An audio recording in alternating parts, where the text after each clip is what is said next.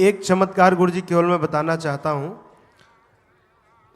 मैं इन 3 महीनों में कई बार प्रयाग आया और आकर के जल्दी जल्दी में गया। यहाँ पर हमारे धर्मयोद्धा सब लगे थे। फिर 3 जनवरी से मैंने यहाँ पर अपना पूरा कैंप किया। 3 जनवरी से मैं यहीं पर रह रहा था। उस बीच इतना कोहरा, इतनी भयंकर ठंड यहाँ पर थी। हमारे जो लोग यहाँ पर रहकर व्यवस्था देख रहे थे उनको पता है।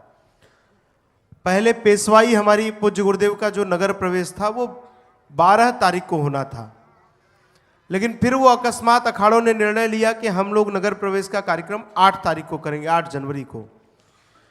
मैंने गुरुजी से आग्रह किया कि गुरुजी आपको समय से ध्यान देते हुए, चूंकि आप तीनों अखाड़ों का नेतृत्व करेंगे, हनुमान जी के निशान के बाद आपका नगर प्रवेश होगा, इस नाते आप यदि समय से आ जाएंगे तो ठीक रहेगा। हमारे संदीप भैया के यहाँ धुलिया में गुरुजी की कथा थी, तो मैंने गुरुजी से कहा कि एक दिन आप कथा का कम करके 7 तारीख को दिन में कथा करके वहाँ से एक विशेष विमान से चार्टर्ड से आप प्रयागराज आ जाइए।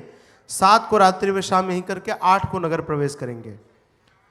गुरुजी ने कहा देखो रामचंद्र दास, बात तो ठीक है, लेकिन कथा के प्रति अन्याय जो वो मुझे ठीक नहीं लग रहा है। जो नियम है, नियम विरुद्ध कुछ नहीं करेंगे। मैं 8 को किसी भी प्रकार तुम्हारे पास 11 बजे तक पहुंच जाऊंगा। मुझे लगा कि ऐसे कैसे होगा।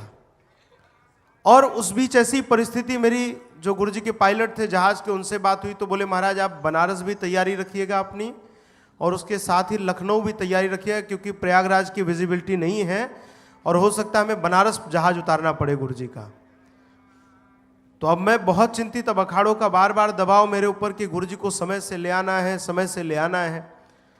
अब हम लोग बिल्कुल चिंतित। विजिबिलिटी उस समय 300-400 मीटर की आ रही थी, जो कम से कम 1000 मीटर की होनी चाहिए लैंडिंग के लिए। गुरुजी सवेरे वहां से निकले और मैं बार बार भगवान से प्रार्थना कर रहा था कि भगवान गुरुजी समय से यहाँ पर पधार जाएं। तो एक पंक्ति मुझे याद आती है कि जब तुझसे ना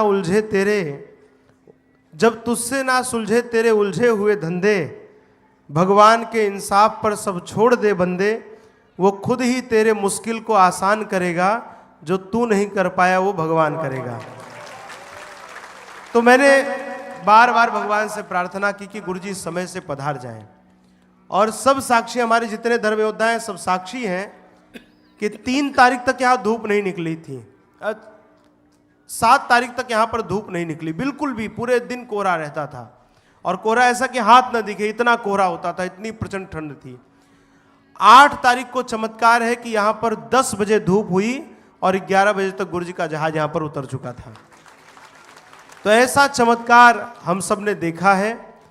तो हम सब का सानिध्य है, हम सब का सौभाग्य है, प्रयागवासियों का, कल्पवासियों का, तीर्थयात्रियों का, एक एक श्रद्धालुओं का सौभाग्य है कि पूज्य गुरुदेव के सानिध्य में हम सब 1 मास पर्यंत अपना कल्पवास का नियम हमने पूरा किया।